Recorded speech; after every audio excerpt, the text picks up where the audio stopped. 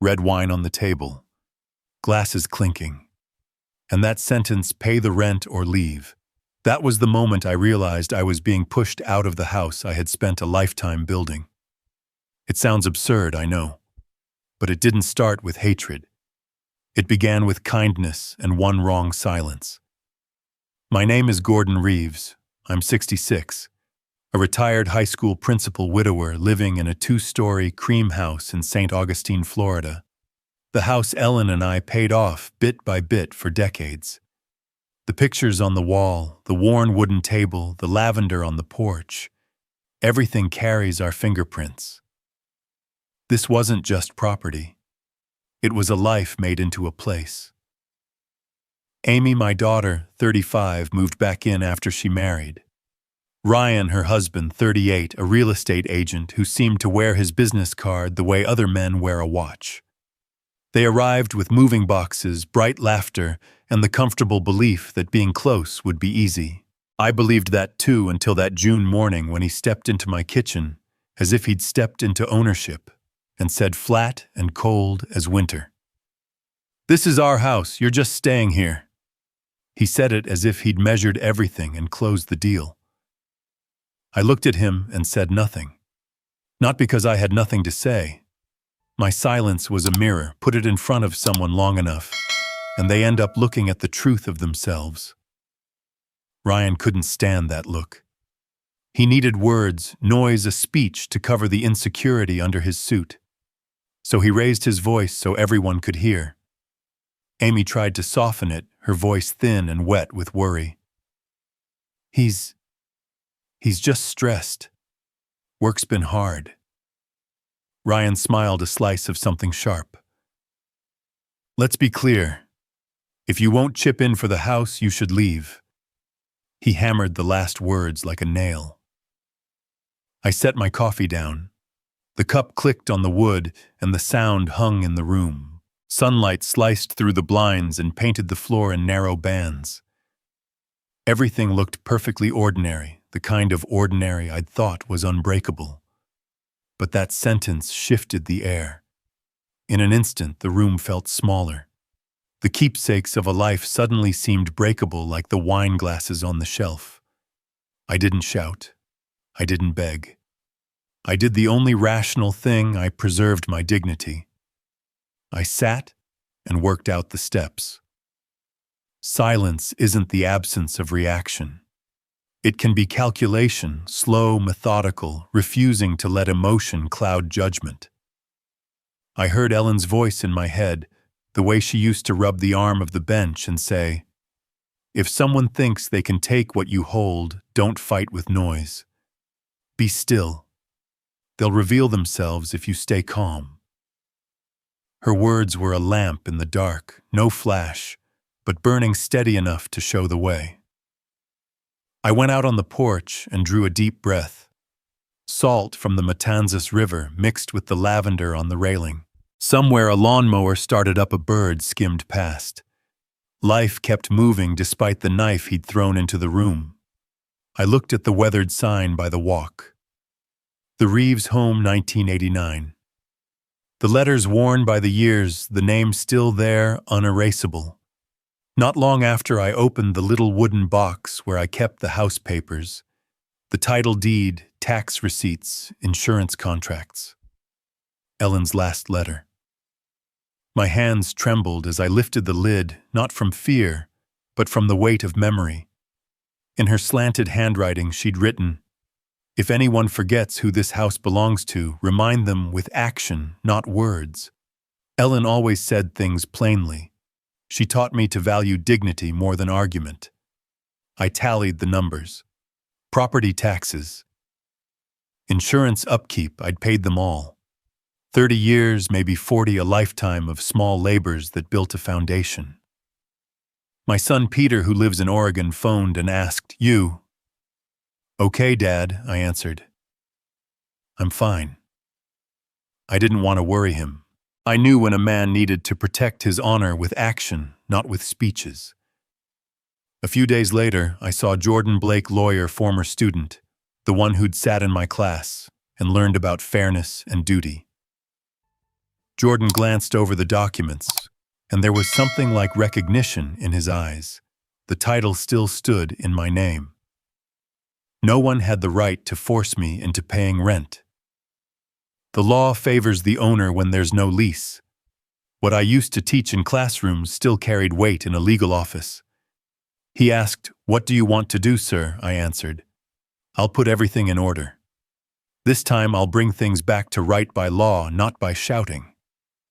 So the plan began quiet, precise, and without threats. I didn't want to publicly humiliate them. I wanted to show by action that when words run out, deeds speak. Everything was calculated, every procedure proper and legal. Some acts of revenge demand hard work. Some only need a document, a signature, and a single sign in the yard. I came home that later afternoon. Ryan wasn't there. Amy sat at the table, eyes red. She handed me a coffee and forced a small smile. "You okay, Dad?" she asked. I put my hand on her shoulder without blame or apology. Like Ellen taught, I said one simple thing. Everything will be all right. No empty promises, no grand assurances. Just a line to remind both of us that we could stand straight without crumbling. That evening, with the lamplight making the curtains sway, I took Ellen's letter again and wrote a small note on my calendar, Phase 1. Not out of triumph or spite, out of the civility of a man tired of unpaid promises. I folded the calendar, slid it into my pocket, and went to bed. Before sleep took me, I heard the clock tick, tick, even and unhurried like a steady breath.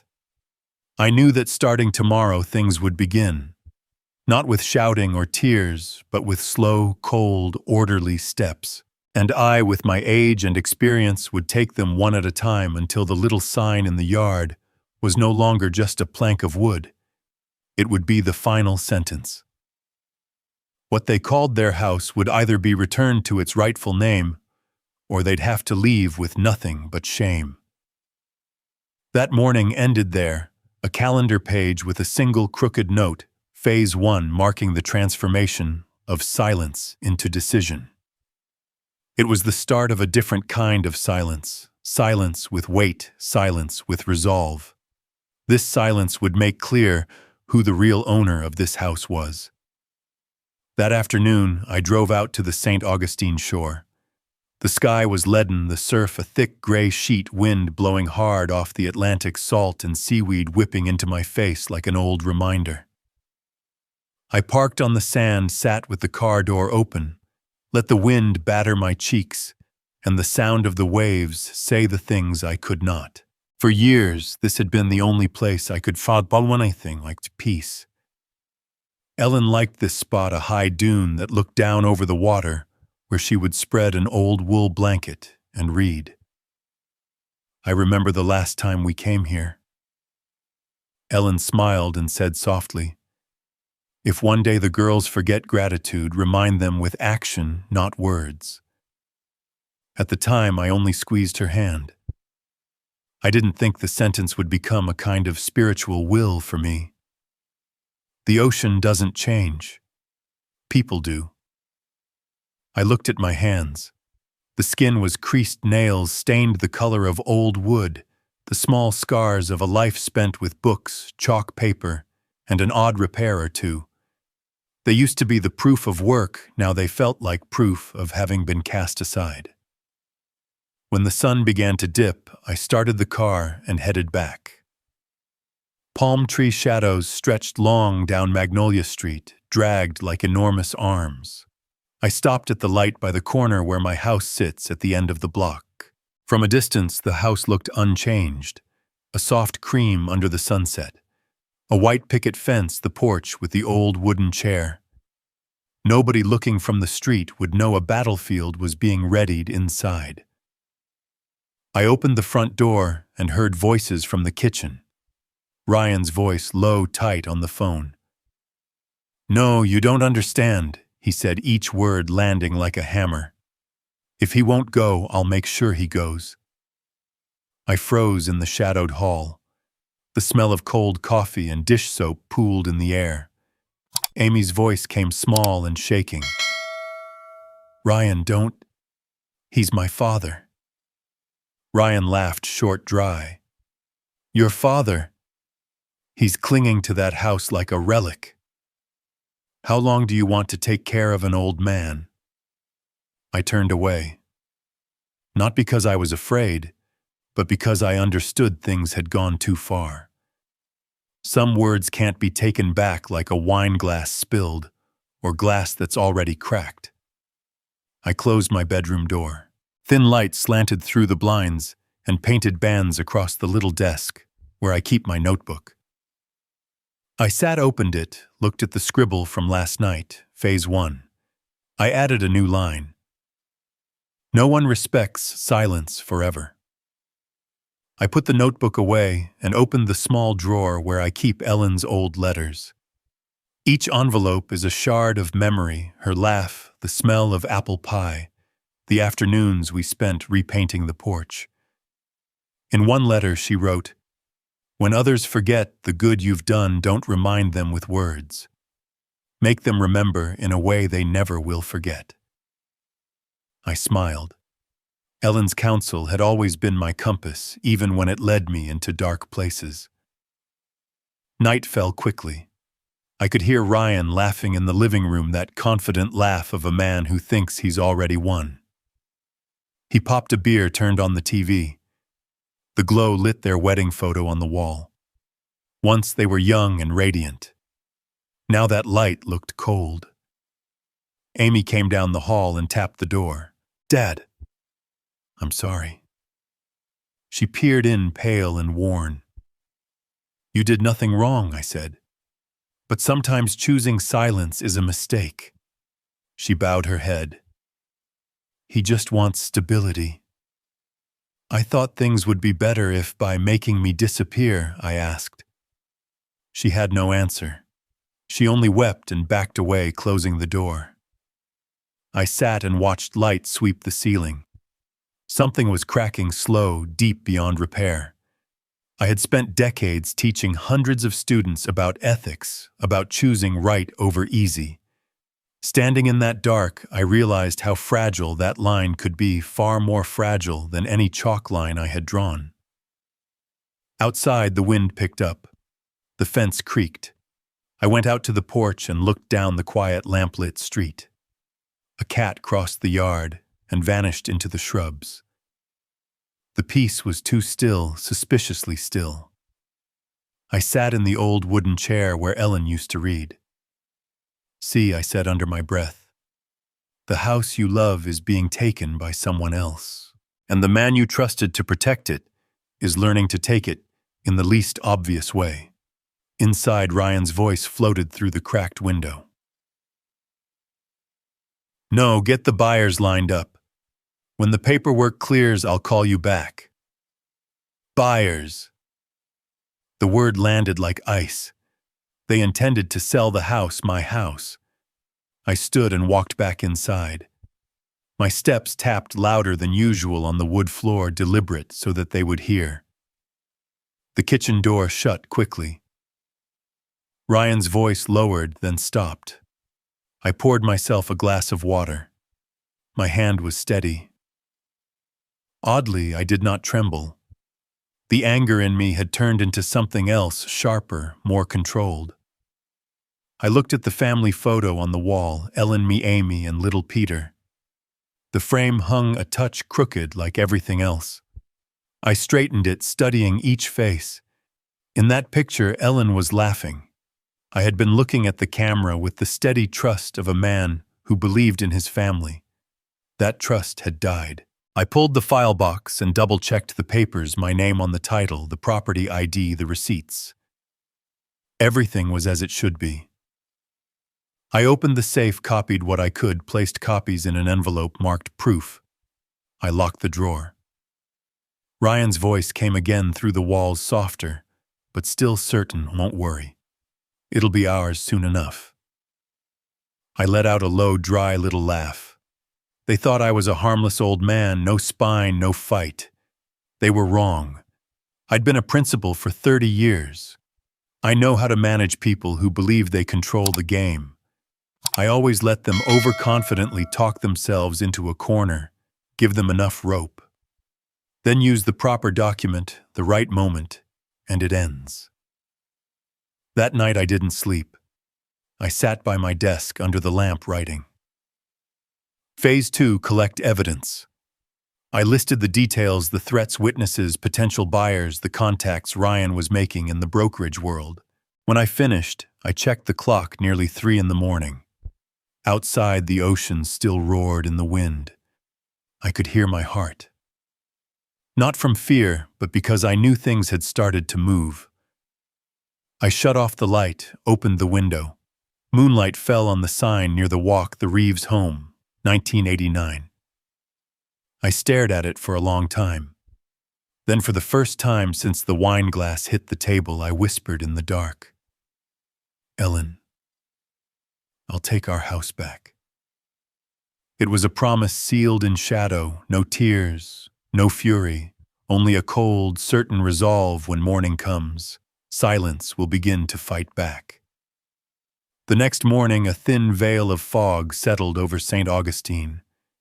The sunlight came through pale and diffused, glazing the palms along the street like damp glass.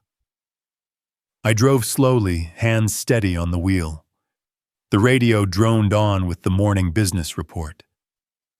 The housing market is hotter than ever. I turned it off.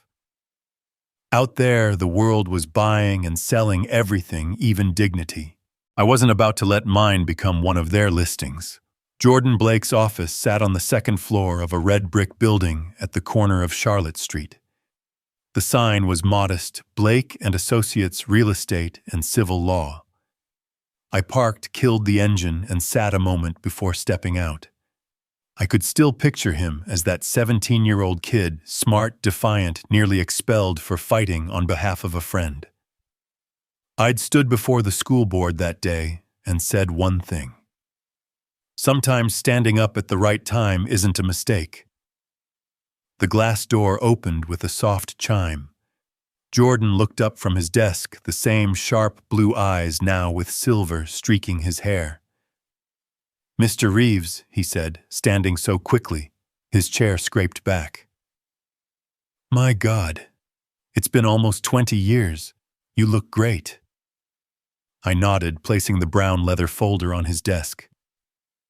"I need you to look into a few things for me." He smiled. "Anytime my old principal walks in, it's a good day. Have a seat, sir." The office smelled of polished wood and coffee. Diplomas hung neatly. Harvard Law framed above a cluster of photos with partners and clients. On one wall, an old class photo caught my eye.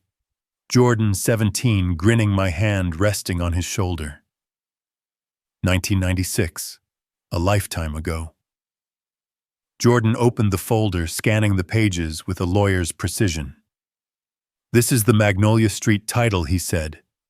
"Registered in 1989. Transferred legally to your sole ownership in 1993 after Mrs. Ellen passed." He paused, eyes meeting mine. "Your name's still here. They can't sell it. They can't evict you, not without your signature." I said nothing. A simple statement, but it hit like a piece of iron dropped on wood, sharp, final, echoing. "Do you want me to send a legal warning?" Jordan asked. "One notice and they'll back off your documents immediately."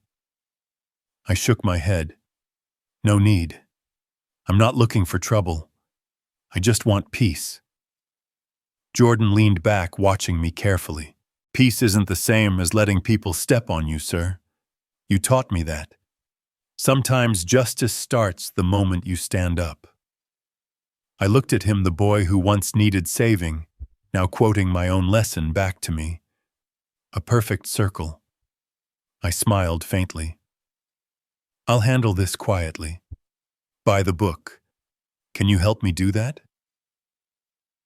He nodded and began writing. "We'll do this discreetly. I'll recheck the ownership records, see if anyone's tried to file for a transfer. If they have, we'll initiate an investigation. If not, you still hold full control of the property. You can sell it, keep it, reclaim it, your choice. He slid a cup of coffee toward me. You know, Jordan said slower now when you told me years ago not to be afraid of doing what's right. I didn't get it. Now I live by it. And here you are teaching it again, only this time with your silence. I didn't answer. The coffee was hot, but for the first time in weeks my chest felt calm. Maybe this was what it felt like, an old man taking back the steering wheel of his own life. Driving home, I followed the coast. The noon sun shimmered on the water like liquid glass. The wind whipped through the open window, tasting of salt. I stopped at the bench Ellen used to love, the one carved with "To remember, not to forget." I sat staring out to where the horizon bled into the sea. I could still hear her. "Don't let anyone make you doubt the worth of your own work." I whispered back as if she were still there beside me. "I don't doubt anymore, Ellen. I just need to do it the right way." I opened my phone, saved Jordan's number, Blake Law Office. Under notes, I typed Phase 2, verification. Things were finally taking shape. No longer emotion. Now a plan. The exhaustion drained from me, replaced by something I hadn't felt since standing at the head of a classroom control. I reached home near dusk. Amy was in the kitchen putting dishes away. She looked up, forcing a faint smile. "Where were you all morning?" "Dad, City Hall," I said. "Had a few things to check." She hesitated. "You're not angry at him, are you?" I looked into her eyes, a mix of fear and guilt. "No. But maybe you should ask yourself if you're afraid of what he's doing." She dropped her gaze. No answer. I poured a glass of water and stepped out onto the porch. The evening light had turned amber and thick. The world was still. On the fence, the old wooden sign still hung, "The Reeves Home, 1989. The paint chipped, the name still legible. I sat and opened the leather notebook, writing one firm line, Phase 2 confirmed, then drew a bold line beneath it. Night came. In the living room, Ryan watched TV, beer can on the table, the noise of sports drowning the sound of wind. I walked past, paused a moment. He glanced up, smirked. "Neighborhood council meeting. I heard you old guys still argue about outdated laws. Sometimes old laws save new fools," I said evenly. "You'd do well to remember that." He shrugged and turned back to the screen. I said nothing more. But in my head, the pieces had started to lock together. I knew exactly which buyers he'd been talking to. And I knew Jordan was sharp enough to trace every move. My phone buzzed on the table, a text from Jordan confirmed. "No change in ownership. All titles remain under your name. They can't sell. Sending backup copies for you to keep." I read the message again and again. It felt like hearing the first note of music after a long winter of static. Not joy, just the sensation of breathing fully again. That night, I stepped into the backyard. The sky was dark, the moon faint, the air thick with crickets. I thought of my years as a principal, how when students made mistakes, I'd always tell them it's not about who was wrong first. It's about who stops being wrong first. This time I would be the one to stop, but not by surrender, by action. I opened my phone and added one last line to my notes. Phase 3. Preparation. Then I looked up. Far away, the city lights reflected off the low clouds, a dim, glowing scar. Every scar begins as a crack. But handled right, it becomes proof not of pain, but of endurance. And there I was, an old man alone in the Florida night lamplight, casting a pale hue over a calm face, holding a notebook with one deliberate scrawl, Phase 3, preparation. A promise unspoken, but heavy enough for anyone listening to feel it. Silence was about to strike back. That summer came early. The sunlight poured over the rooftops of Magnolia Street, like liquid amber, thick, hot, sticking to the pavement. Cicadas screamed in the palms, and the scent of cut grass, mixed with the brine from the Matanzas River, forming the kind of smell I had always tied to memories of Ellen. Everything looked the same. But when you stare long enough, you start to see what's shifting out of orbit. I woke as usual, 6 a.m. Black coffee, 2 slices of toast, then watering the plants. The white fence needed repainting, and Ellen's lavender pots were half dead now. I kept them anyway, not because I thought they'd bloom again, but because I hated the emptiness they would leave behind. Across the street, Linda Harris, my neighbor who ran Bloom Street Florals, unlocked her shop. 62 small-billed gray hair tied neatly. Every morning she brought out bundles of flowers still wet with dew and laid them under the sun. "Morning, Linda," I called. She smiled, eyes warm but watchful. "Morning, Gordon. You've been quieter lately." I said, "I'm just learning how to be quiet." She gave a small laugh but didn't press. At my age, silence doesn't mean peace, it means preparation. Inside, the air felt heavier, as if someone was holding their breath.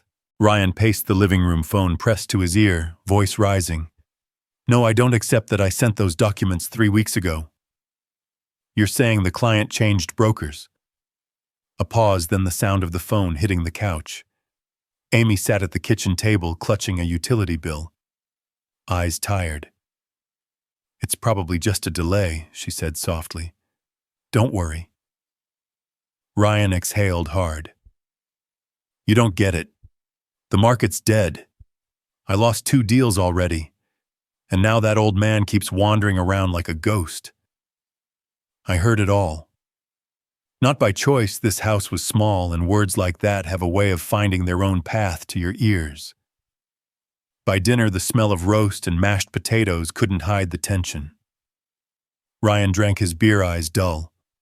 "If you're uncomfortable," he said, slurring a little, "you can always move out. This isn't a nursing home." "Ryan," Amy gasped. I set down my knife, wiped my mouth. "You don't need to say it twice." The sentence dropped cold, and even not raised, not trembling, just sharp enough to still the air. Ryan smirked, but said nothing. Amy bowed her head, tears falling straight into her plate. I stood and left the table. Each footstep echoed on the wood floor, loud enough for the house to hear. Back in my room, I opened the oak drawer where I kept things nobody remembered. Among the papers was a small silver key. The one I'd handed them on their wedding day, believing it symbolized trust and love. I held it under the lamplight. Scratches glinted across its surface. A memory surfaced, Ellen's hand on my shoulder that day, whispering, "You did the right thing." A home is meant to be shared, not hoarded. I believed that for 30 years, but now I understood some people don't value what's shared until it's gone. I closed my fist around the key, slipped it into my shirt pocket. That night, a storm rolled in. Distant thunder, faint lightning flashing against the wall where the family photo hung. I sat by the window, the streetlight carving half my face into the mirror. Something in me had shifted, a calm clarity. Not rage, but awareness. The limits of kindness. The limits of silence. I opened the leather notebook to the page marked Phase 3, Preparation. Beneath it I wrote, "No word weighs more than a lawful act." Then I began a list. I'd need appraisal records, contact Jordan, verify every tax payment and document every bill. Ryan wouldn't stop until he found a way to claim the title. But he was walking on legal ground I knew better than he ever would. The next morning I stopped by Linda's shop. She was trimming carnations, the scent delicate and clean. "You're out early," she said without looking up. "Couldn't sleep." "I'm used to early mornings," I replied. "I need to ask you something. Do you know a trustworthy real estate agent?" She raised her brows. "Planning to sell?" I smiled faintly. "I just want to know what it's really worth." She nodded. "I have a friend at Henderson Realty. Reliable people. I'll have him call you." I thanked her and bought a small bouquet. As I left, she called after me, "Mr. Reeves, sometimes silence doesn't mean weakness. It just means you're waiting for the right moment." I turned and nodded. "Thank you, Linda. I think that moment's close." That afternoon, Ryan came home earlier than usual. He didn't speak to me, tossed his briefcase on the table, and went straight to his room. Amy looked up, eyes red. "He lost another contract." "I know. You're not going to do anything, are you?" I looked at her, a long, steady look. "No, Amy. I'm not doing anything." Then after a pause, "But sometimes when things collapse on their own, people understand faster than words ever could." She started to reply, then stopped. I poured a glass of water and stepped outside. The late sun gilded the palm tops. In the distance, the ocean caught the light like shattered glass. I sat on the porch and took the silver key from my pocket, spinning it slowly in my palm. Each turn caught the sunlight, sharp, metallic, almost like a blade. What had once been a symbol of trust now gleamed as a sign of closure. I slipped it into my pocket again, my fingers brushing the cool, metal, solid final. Ellen's voice echoed faintly in my memory. "Justice never arrives with shouting. It comes when you've been quiet long enough to know when to act."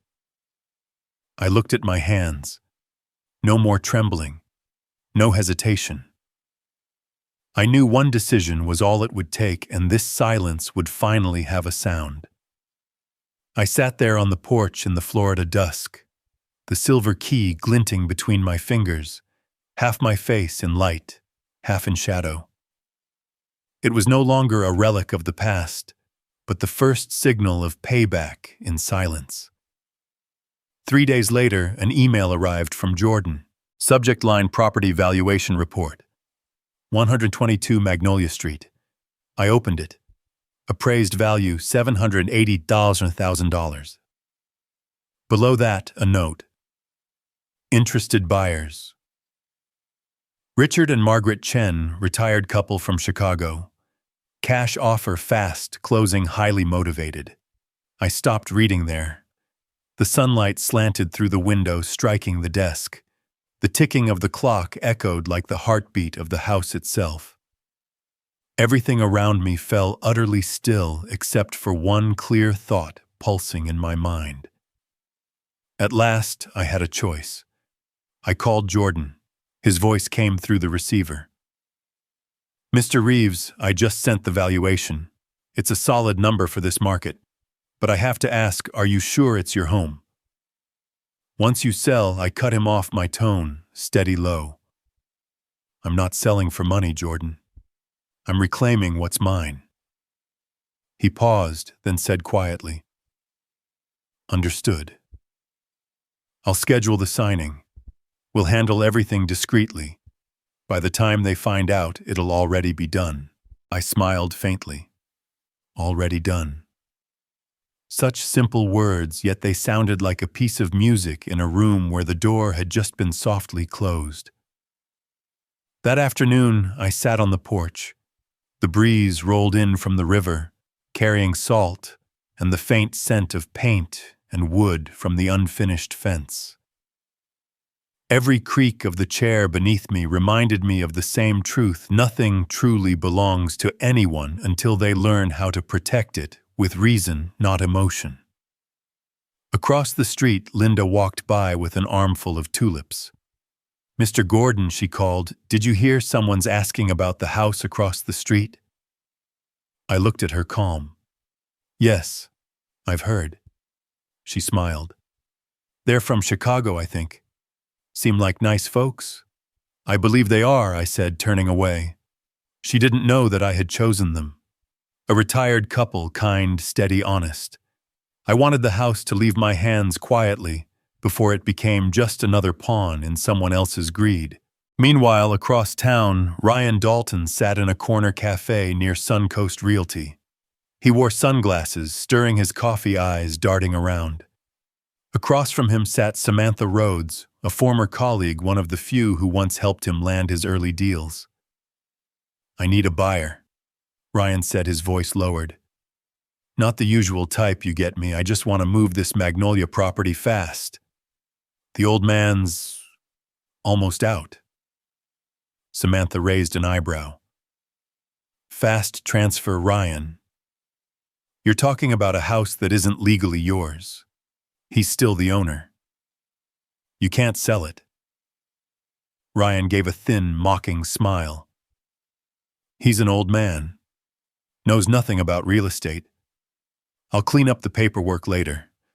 Once he's gone, I'll handle the rest. Samantha leaned back, her eyes cold. You're playing with fire. If he sues you, lose your license. If he's got a lawyer, you're finished. Ryan chuckled. He doesn't even know how to open an email, Samantha. She looked at him for a long moment, then said slowly, You're wrong, Ryan. Men like him, the quiet ones, they always know more than you think. Ryan forced another laugh, but his hand trembled slightly on the cup. He didn't realize it yet, but that sentence was the first omen of his collapse. By evening, Jordan called back. Mr. Reeves, everything's arranged. Signing is in 3 days. I've spoken with the buyers. They're ready to put down earnest money if you'd like. Good, I said. I want this handled quietly. No one knows until the sold sign goes up. Jordan chuckled softly. Feels like one of your old lessons in ethics, only this time the teacher's the one setting the example. I hung up and looked out across the yard. The sunset poured orange light over the grass, the trees casting long, tilted shadows. The house stood still, beautiful, solemn, full of memory. But I knew beauty sometimes has to leave at the right moment to keep its dignity intact. I opened the drawer and took out the envelope, the title deed, tax receipts, insurance documents. In the upper corner, the line, owner of record Gordon Reeves, was still crisp, the ink unfaded. I ran my finger over my name, feeling as if I were touching the relic of my own life. That night, Ryan came home late, reeking of beer and cigarettes. Amy had already gone to bed. He opened the fridge, poured himself some water, and noticed me sitting in the living room under the amber light. You're still up? He asked. I don't usually sleep when there are strangers in my house, I said evenly. His brow furrowed. Strangers, I'm not sure yet, I replied. But it seems you've been inviting people to see the house. He froze. The glass stopped halfway to his mouth. You've been spying on me. I don't need to, I said. This house is too familiar. It tells me when someone's plotting inside it. He slammed the glass down. What's that supposed to mean? It means nothing. I said, still calm. Just a reminder, when you start playing with the law, make sure you actually understand it. He went quiet for a moment, then sneered. You think you're clever, old man? I shrugged. I don't have to be clever. I just have to be right. I stood, walked past him, and paused at my doorway. Before closing it, I said softly, just loud enough for him to hear, some battles don't need bullets. Just a signature. That night I sat at my desk and opened the notebook again. On the blank line beneath the last entry, I wrote Phase 4, transaction initiated, then underlined it twice. I knew just a few more steps and everything would close. No shouting, no pleading, No compromise. Outside, the wind picked up. The wooden sign, "The Reeves Home, 1989, swung against the fence, tapping rhythmically, like a distant drum announcing something's coming. I stared at it a long while and whispered, "Ellen, we're about to take our honor back." Under the warm desk light, my hand rested on the deed owner of record Gordon Reeves. Beside it, the silver key gleamed, the emblem of a plan inching toward the point of no return. And in that stillness, only the clock remained, counting down to the moment the sold sign would pierce the lawn, and a younger man would finally realize he'd lost without anyone ever hearing the gunshot. That morning, the sky over St. Augustine was the color of river water before rain. Muted light slipped through the branches of the old oak trees, painting gray streaks across the living room walls. I stood before the bookshelf, Ellen's pride and joy. The spines were frayed, the covers bent, dust settling like fine ash over decades. Each time my hand brushed a book, I felt like I was lifting a layer of memory, slow, deliberate, fragile. I pulled out a cardboard box and began packing.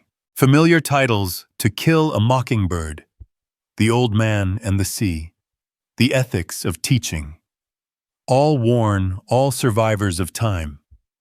I wasn't packing a house. I was packing a lifetime. The doorbell rang, soft, hesitant. When I opened it, Linda Harris stood there holding a bouquet of white chrysanthemums. Her blouse was dotted with raindrops, gray hair loosened by the wind. "Good morning, Mr. Gordon," she said, smiling gently. "I brought some flowers. Slow day at the shop and, well, I thought maybe you could use a little color." I nodded, letting her in. Her eyes swept the room, the stacked boxes, the walls half bare. "You're really moving?" she asked. "No," I said evenly. "Just rearranging." She paused, then nodded slowly. "Ah, rearranging." Her gaze lingered on the tilted picture frame, the faded curtains. She could feel it, that something in the air wasn't just dust, but closure. When she set the bouquet on the table, the scent spread through the room, clean, faint, like a whisper of goodbye. "Mr. Gordon," she said softly, "I heard yelling last night. From across the fence." He was loud. I wasn't eavesdropping, but you shouldn't have to bear that. I looked up. Her concern met my calm. "Thank you, Linda," I said quietly. "But justice doesn't need noise." She said nothing, just nodded. We packed in silence for a while. Her hands were careful, deliberate, not like someone helping out of politeness. When she lifted one book, she blew the dust away, revealing what lay beneath a silver medal engraved, "Outstanding Educator, 2002. She picked it up, smiling. "I remember this. I read about it in the paper. They said, 'Mr. Reeves teaches students to believe in what's right more than in grades.'" I chuckled softly, my voice rough from age. Funny thing is, the same kids who once believed in what's right now step on it to get ahead. Linda wiped the dust from the medal. The medal gleamed again, reflecting the pale light from the window. "This," she said, "deserves a better place than an old drawer." I took it from her hand. The chill of the metal seeped into my fingers and deeper into my chest. "Thank you, Linda," I said slowly. "Maybe it's time." She looked as if she wanted to ask time for what, but didn't. Just nodded and kept helping me seal a few more boxes. When she left, rain had begun. I watched from the porch as she covered the flowers with a cloth, walking briskly through the drizzle, her clothes damp, her steps firm. It struck me then, in a loud world, people rarely notice the quiet ones. And yet, it's always the quiet ones who see everything. Inside, the rain softened into a steady rhythm against the windows. I looked around the room, almost bare now. The chair where Ellen used to read. The market painting she loved. The shelves stripped clean, leaving pale rectangles on the wall where books once stood. I placed the silver medal on the table beside our wedding photo. Two pieces of silver, one shining, one faded. One symbolized labor, the other love. Both had gathered dust. Both deserved to shine again. That night I heard movement in the living room, Ryan's voice sharp with panic. "No, I need you to move faster.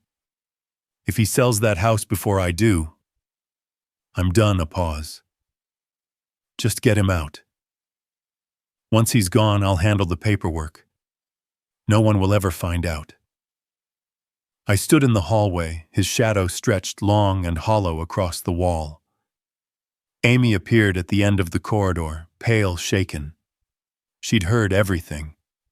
I almost spoke, but she shook her head. We both stood there in silence. Two people finally understanding that this was no longer a misunderstanding. Back in my room, I opened the drawer and pulled out the brown leather notebook. On the previous page, the words, Phase 4, Transaction Initiated, stared back.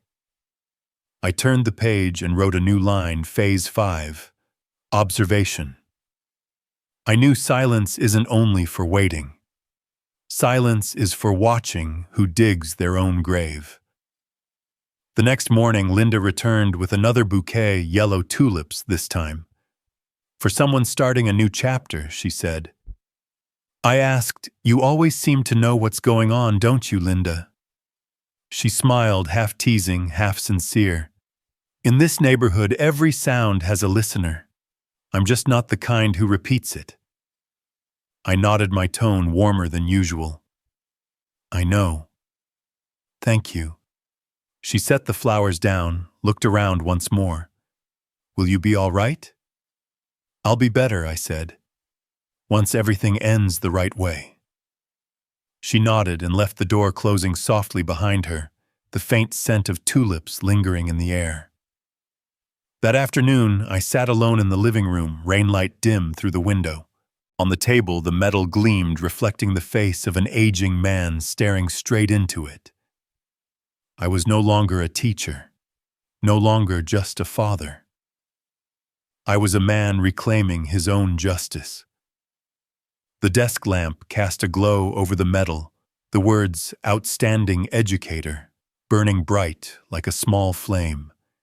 And in its reflection, the eyes of Gordon Reeves were no longer the eyes of a man wounded, but of one awakened, ready to turn silence into precision. A week later, the sky over St. Augustine was clear as glass, yet there was a chill in the air. Not from the ocean breeze, but from the quiet knowledge that an era was about to close. I wore a white shirt, old khaki slacks, and the brown leather shoes Ellen bought me the day I retired. The collar was pressed.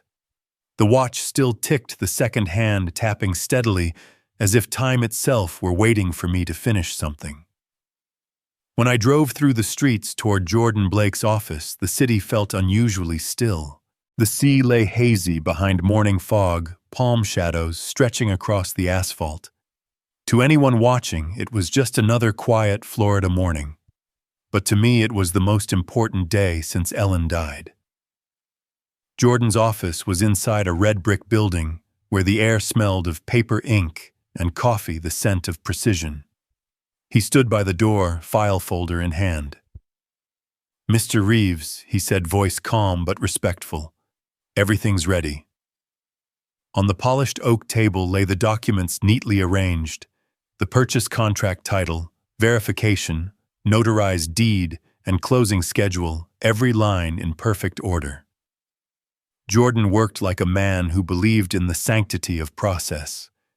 He pointed to each section, explaining carefully, "The buyers, Richard and Margaret Chen, have placed a 10% deposit. They're dependable. No bargaining. Closing date September 15th. After that, the house will officially belong to them." I nodded, sitting down. Light from the window reflected on the desk, glinting across my hands. The same hands that had once held chalk for 30 years, built fences, painted walls, planted trees. Today, they would sign away a lifetime of attachment. Jordan placed a pen before me. "Are you ready, sir?" I inhaled deeply and took the pen. The nib slid across the paper, dry final. Gordon Reeves' cellar. No hesitation, no tremor. When I finished, Jordan looked up. "Do you want me to notify them, Amy and Ryan, tell them why you sold?" I turned toward the window. White clouds drifted slowly across the blue. "No," I said quietly. "Everyone has their own lesson to learn, and every lesson has a price." Jordan nodded after a pause. "You once told me in class," he said, "that fairness doesn't need to shout. I think I finally understand what you meant." I smiled faintly. "You understand perfectly." He stood shaking my hand. "Congratulations, Mr. Reeves. Everything's official. No one can touch that house now unless you allow it." "And I just did," I replied. Outside, the wind carried salt to my face. I walked along the beach road, each step slow, deliberate, as if I were counting down to the end of a chapter. The waves broke white against the sand, the sound like polite applause, not celebration, but recognition. From my wallet, I pulled a folded yellowed note, Ellen's letter written before she passed. The paper was brittle, creased from being read too many times. Her handwriting still slanted and graceful. "Gordon, if you ever have to choose between kindness and self-respect, choose self-respect. Never let anyone take it from you, not through words, not through love." I read it again, maybe for the 100th time, maybe the last. The wind lifted around me, carrying the smell of salt and heat. I gripped the letter tightly, as if holding her hand one more time. Ellen once said, "The right decision always comes late, but never too late." Today, I finally believed her. When I got back to the car, my phone buzzed. A message from Jordan Deposit confirmed. "Everything's official. Congratulations, Gordon." I stared at the glowing screen, then turned it off. Not because I wanted to hide the satisfaction, but because I didn't need it. I hadn't sold the house to start over. I'd sold it to end things cleanly, silently, beyond distortion. By afternoon, I was home. The house looked unchanged, peaceful, familiar, deceitfully normal.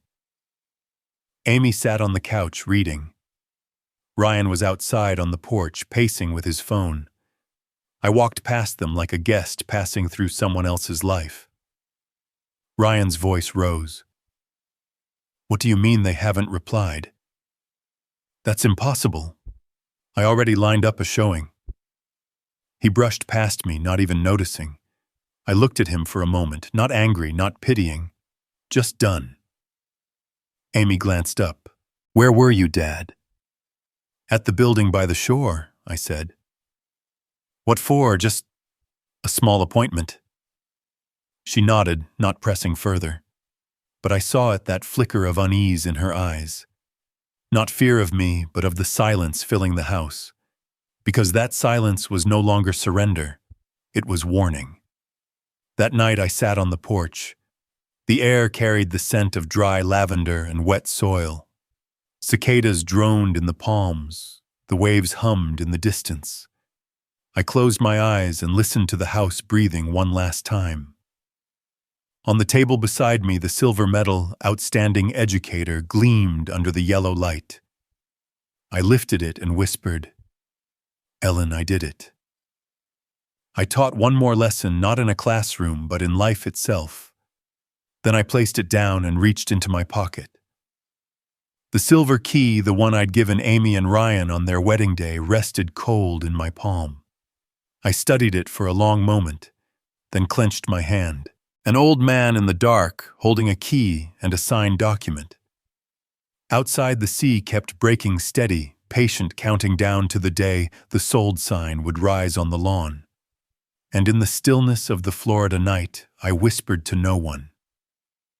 No one needs to know. No one needs to apologize. They only need to understand justice sometimes arrives in the shape of a signature. That night, there was no moon. The clouds hung low and heavy over St. Augustine, swallowing the sky, leaving only a faint streak of light where the sea met the horizon. Inside the house, the air felt thick, the stale mix of old wood damp air and the sour scent of beer. Amy was cleaning the living room. The clinking of silverware echoed in the quiet.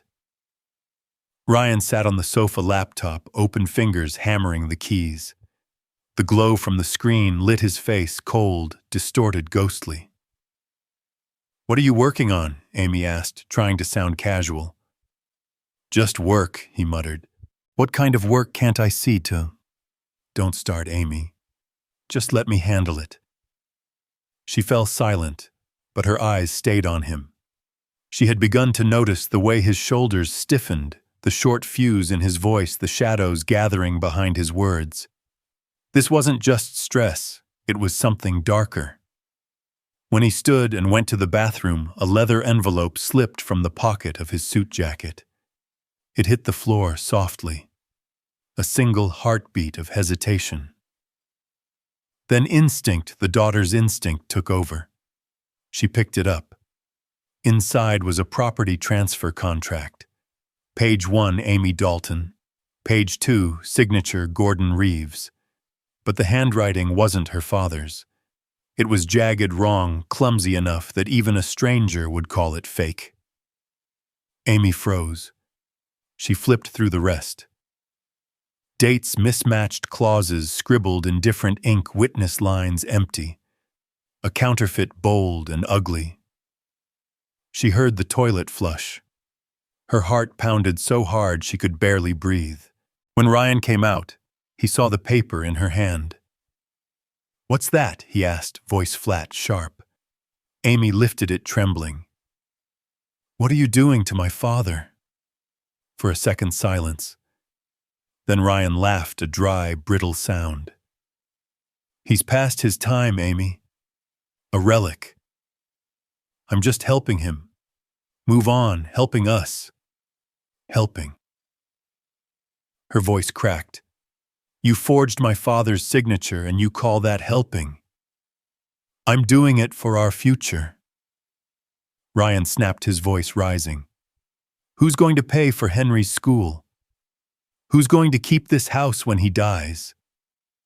I'm not waiting around for luck, Amy. I'm making it happen." She stepped back. "You're not acting, Ryan. You're betraying." "I'm doing what people do when they're cornered," he barked. Amy didn't answer. She folded the contract, her hands shaking, and walked toward the door. "Where are you going?" Ryan shouted. She turned, once eyes filled with tears. "To find the only man who still deserves to be called my father." Rain started falling as she drove through the empty streets. The streetlights stretched across the wet pavement like liquid steel. When she reached Blake and Associates, the office windows glowed faintly behind misted glass. Jordan was still there, surrounded by towers of paper and yellow light. He looked up when she entered. "Mrs. Dalton. It's late, is everything all right?" Amy placed the soaked document on his desk. Her voice was tight, trembling. "Did my father sign this?" Jordan scanned the pages. His expression changed in seconds. "No. This is fake. I have the real contract. Your father signed it with me, not with your husband." Amy's hand shook as she covered her mouth. He actually sold the house." "Yes," Jordan said softly. "Legally, quietly. He wanted everything by the book, didn't want to drag anyone down with him." He poured her a glass of water, his tone gentler now. "Your father didn't sell for money. He sold for peace, so that others could learn their lesson without him saying a word." Amy gripped the glass tears falling into the water. I never once said thank you to him. Not once. Jordan sat still, letting her cry. After a moment, he said, It's not too late. She looked up, her eyes red. He won't forgive me. He doesn't need to, Jordan replied. He just needs the truth to be seen and the guilty to recognize themselves. When Amy stepped outside, the rain had stopped. The clouds had thinned into streaks of silver-gray dawn trying to break through. She stood at the curb, clutching the fake contract, the ink bleeding from the water. For the first time in months, she looked directly at the truth. Not just about Ryan, but about herself. She had been silent too long. She'd seen her husband's greed, her father's pain, and said nothing. She had mistaken silence for neutrality until now, when she saw it for what it was, complicity. She drove home. The house lights were still on. Ryan was standing on the porch when she arrived. "Where the hell have you been?" he yelled. "You're driving me insane." Amy said nothing. She walked up the steps and threw the wet contract against his chest. The paper slapped hard, stuck to his shirt, ink running down like bruises. He peeled it off, eyes wide. "Who did you show this to? To the one man you should be afraid of." Ryan's face went pale. "Amy, you don't understand. I'm just trying to keep what?" She cut in, her voice breaking. "A lie." She turned and slammed the door behind her. Thunder rolled in the distance. On the wall, framed family photos fell to the floor. Amy stared at one, her father's face, calm, composed, eternal. Later that night, she called Jordan again. "Can you help me see him?" she asked. Jordan hesitated. "He doesn't want you caught between this. But if you really want to, I do. I need to." He sighed. "Tomorrow, 9 a.m. He'll be at the southern beach. The one he used to go to with your mother." "Thank you," she whispered and hung up. That night, she didn't sleep. Rain pattered against the tin roof in a steady rhythm. She sat by the window, staring down Magnolia Street, the water glistening under the lamps. Through the glass, she saw her father's house. The light in his study was on. A lone figure sat by the desk, writing slowly in a leather notebook. Maybe a journal. Maybe a farewell. Amy stood there, unmoving.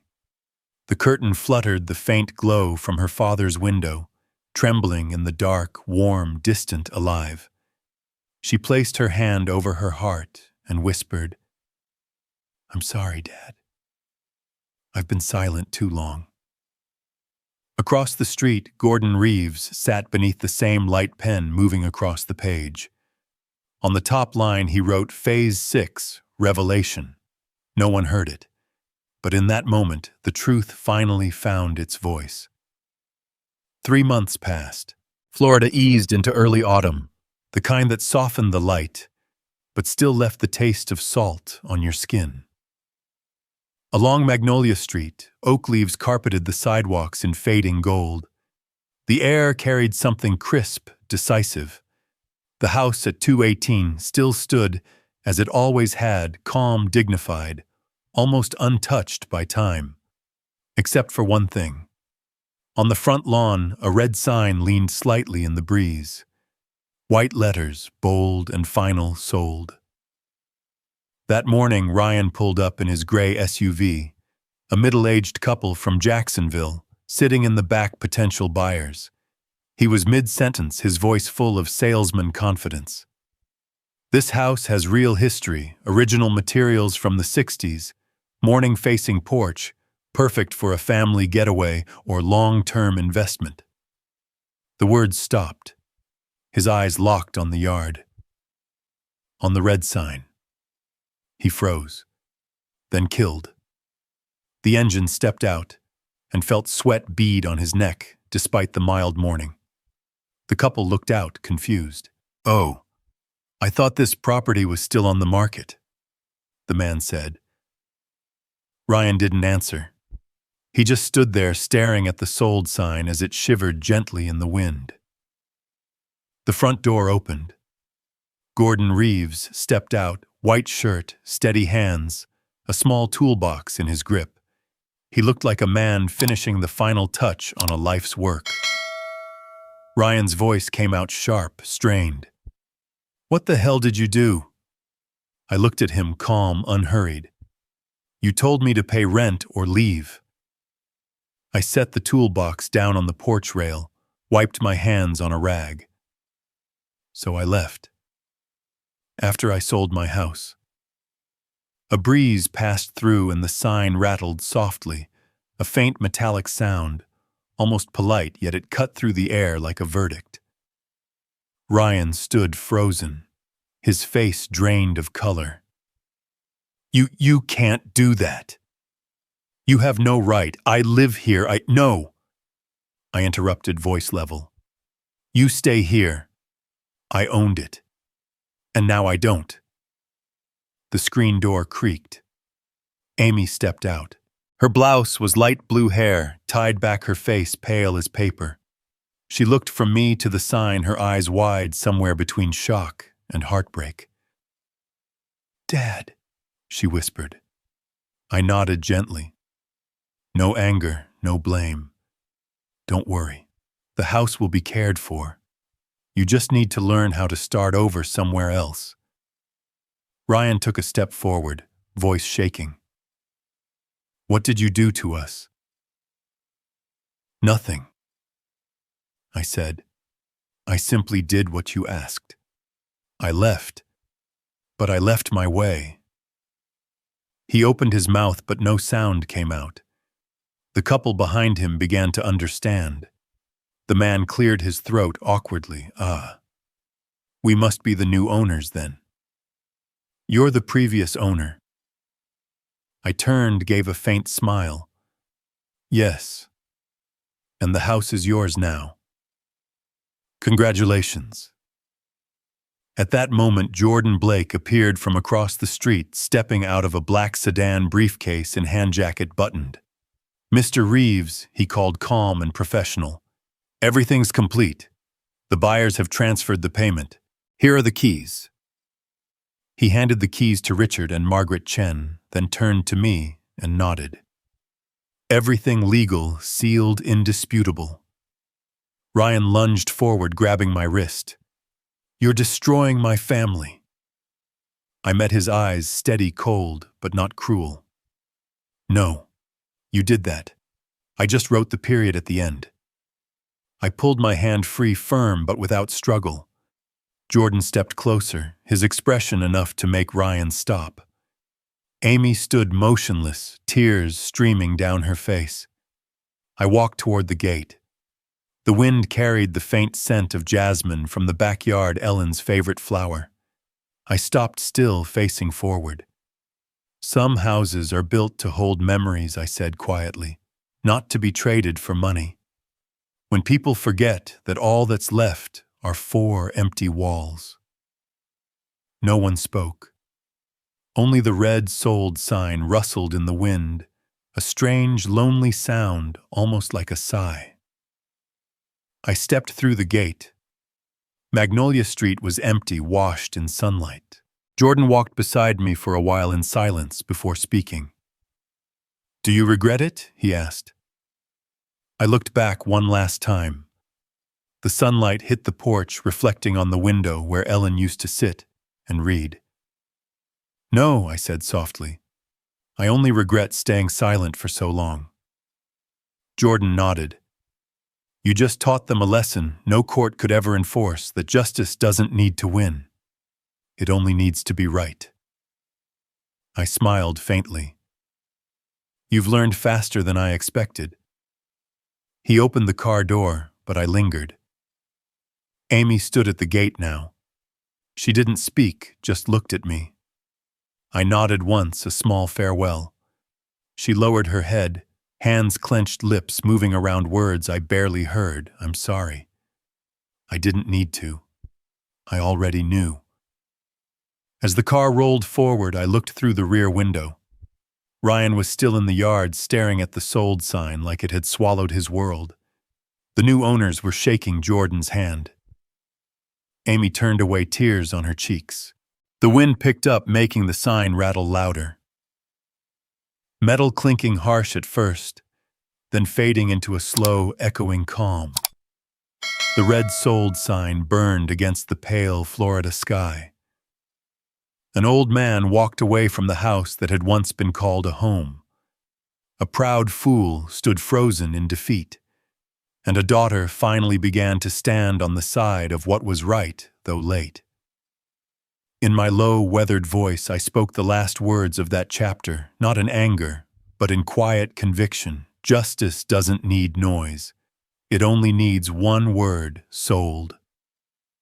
3 months later, Asheville, North Carolina. The city sat cradled among the Blue Ridge Mountains like a faint watercolor wash of green and blue pressed against the November sky. The air was cold but clean, tinged with pine and the faint sweetness of wood smoke. I'd left Florida in early autumn, driving north for 2 days, with only a few boxes of books, an old coffee maker, and a pot of lavender Linda had given me the morning I left. "Take it," she'd said. "Lavender survives anywhere as long as someone patient tends to it." The cabin was small, dark-wooded, tin-roofed, perched on a slope overlooking a valley of turning leaves. A narrow stream curved around the back, its water whispering endlessly, like a secret never meant to be told. I never thought I'd start over at 66. But when I saw the morning light strike the timber walls, I understood peace isn't a reward. It's the consequence of doing the right thing. Each morning I brewed coffee and read by the window. Sometimes squirrels skittered across the railing, leaving tiny footprints in the mist. 3 afternoons a week, I drove into town to the Asheville Community Library. They called me Mr. Reeves, the reading teacher.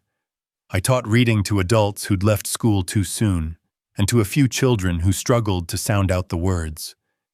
No one knew I'd once been a principal. I didn't tell them. They didn't ask. To them, I was just the old man with the calm voice, patient, quiet, never preaching. One morning, as I corrected young Joey's pronunciation, the librarian said with a smile, "Mr. Reeves, has anyone told you that your voice sounds like one of those narrators in documentary films?" I chuckled. Maybe that's what happens when you live long enough to know where a story should stop. That afternoon, I replanted Linda's lavender behind the cabin. The soil here was different, drier, finer, scented with stone and sawdust. I dug with my hands. The cool earth clung to my fingers, grounding me. I thought of Linda, the neighbor who'd seen everything, but only spoke when it mattered. I wondered if she still kept her flower shop in St. Augustine, or had moved on to another quiet street. Some people pass through your life in months, yet leave behind a peace that lasts longer than those who stayed for years. I set the lavender where the sunlight met the shade, then sat back in my chair. The wind carried its scent, mixing with the smell of fallen leaves. I opened my worn leather notebook to a blank page and wrote just one line: Phase 7, Redemption. Nothing more. One line was enough. As dusk approached, my phone buzzed. The screen lit up: Peter, Oregon. I hesitated for a second, then answered. "Dad, it's me." His voice was bright, carrying laughter. "I just got your new address from the parcel Jordan sent." "Asheville, huh? Heard it's beautiful up there." "It's quiet," I said. "Plenty of mountains. No noise." "You still teaching?" "Just some reading classes," I said. "No one yelling at me, no one telling me to leave the house?" Peter laughed softly on the other end. "I heard everything from Jordan." "Dad, you're still the same as ever, calm enough to scare people." I smiled. Calm is the only way to make others hear themselves. Dad. He said slower now. I'm proud of you. When are you coming to visit Oregon's at its best when it snows? I looked out the window. The last light of day washed the hillside in gold. Leaves spiraled lazily through the wind like forgotten memories. When the snow melts, son, I said. When the snow melts. I could hear him laugh, warm, unguarded. Take care of yourself, Dad. I'll be waiting. I know, I said. After we hung up, I sat for a while watching the screen fade to black. What I felt wasn't happiness, it was closure. A wound finally bandaged the right way. Evening fell fast. I turned on the lamp. Its amber light climbed the cabin walls, soft and forgiving. On the table lay two things: my outstanding educator medal, now polished clean, and a framed photo of Ellen, newly placed in silver. I touched the frame and whispered, "See, Ellen, everything's finally where it belongs." The wind swept in, stirring the curtains. Lavender filled the room. I opened the notebook again and wrote beneath yesterday's line, "Peace isn't a place. It's the moment you know you did the right thing." Night settled in. I brewed tea and stepped onto the porch. The valley below glimmered with scattered lights like fallen stars. Crickets chirped, the creek whispered a duet, written for those who no longer needed to prove anything. And I said softly, as if to the woman sitting beside me, "Ellen, you know, they say revenge hardens the soul, but for me, it just reminded me how to breathe. Peace isn't a reward. It's the aftermath of standing your ground. And sometimes justice doesn't come from the courts, but from the quiet of an autumn evening in Asheville." Morning mist draped over the forests of Asheville like a white veil laid across the Blue Ridge. Sunlight filtered softly through the cabin window, spilling across the wooden table where I kept three things: my coffee maker, the old brown leather journal, and a pristine envelope that hadn't been there the night before. The handwriting on the front made me stop for Mr. Reeves, from Martha Stevens.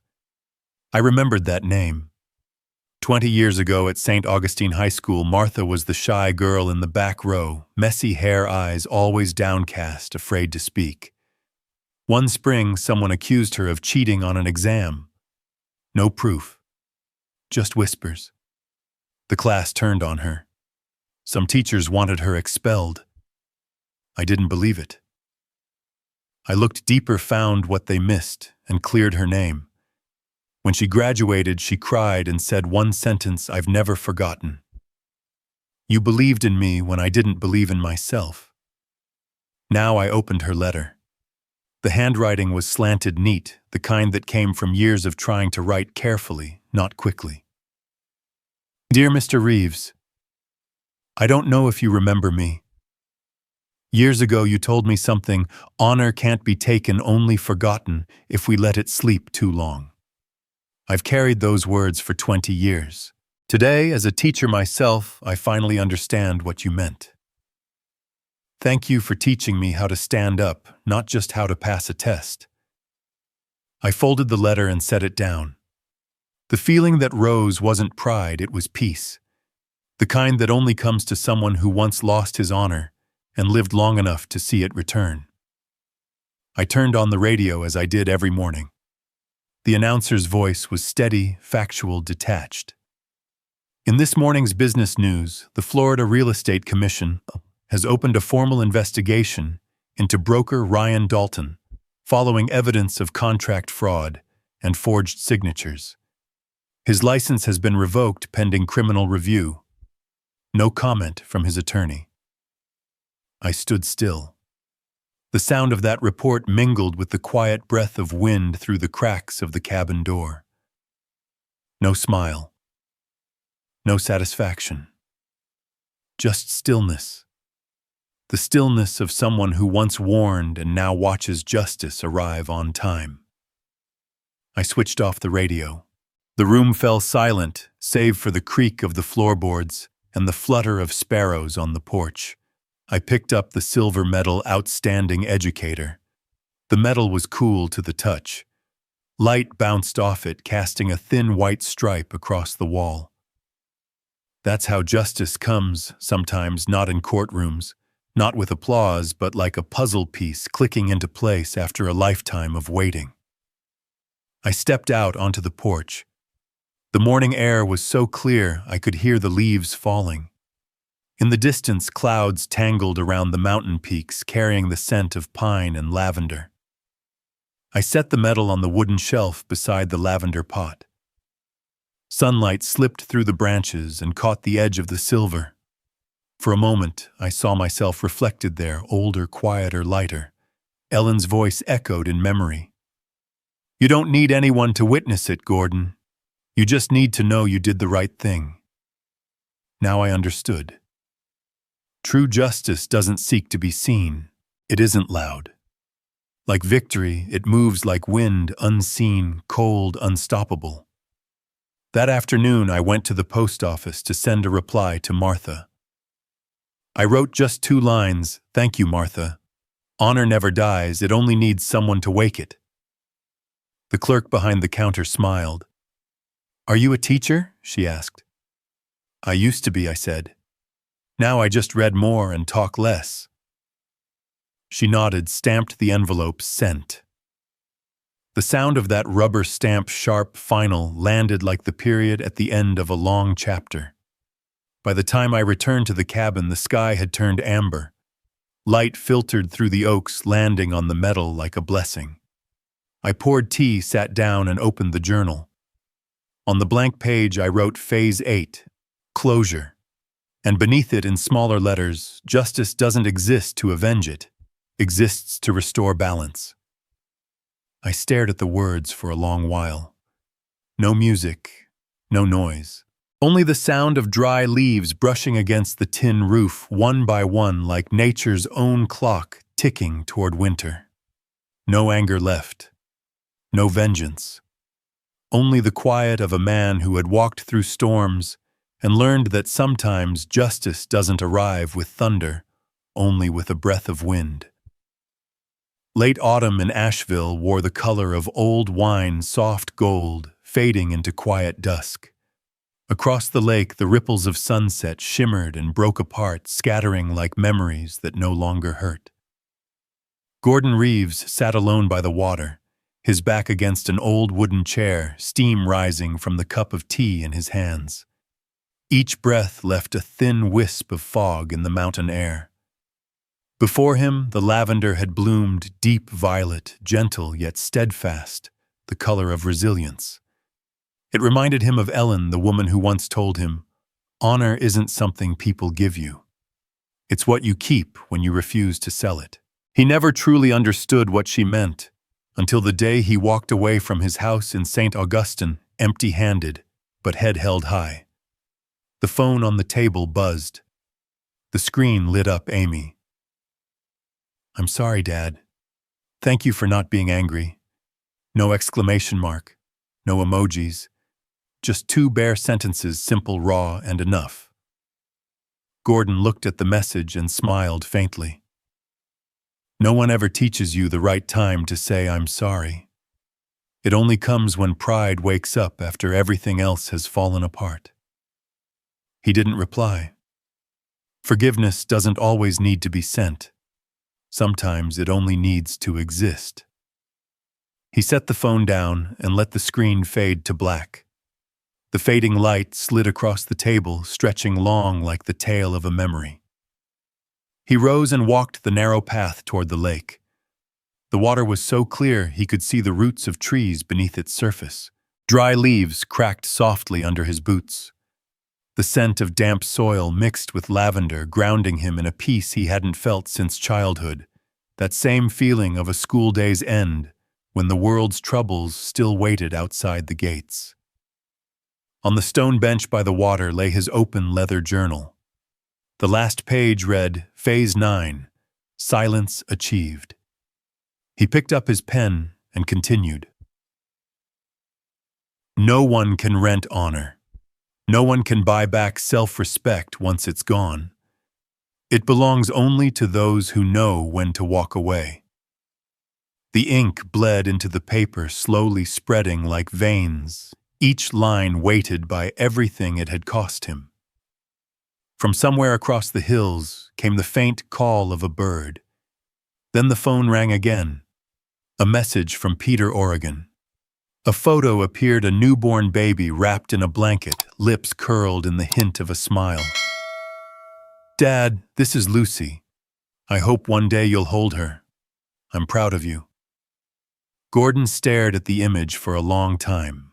The photo was small, but the light in it filled the entire cabin.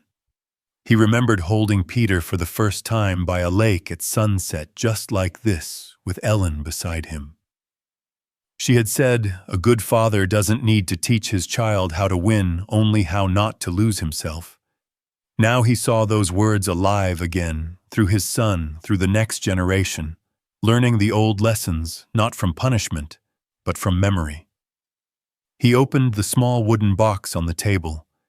Inside lay three things: the silver medal, their wedding photo, and an old brass key darkened by time. The key once opened the house in St. Augustine. Now it opened nothing. But he still kept it as a witness. He held it in his palm, feeling the chill of metal spread through his fingers. Not regret. Gratitude. Because sometimes what we lose only makes space for what was meant to arrive. He tossed the key gently into the lake.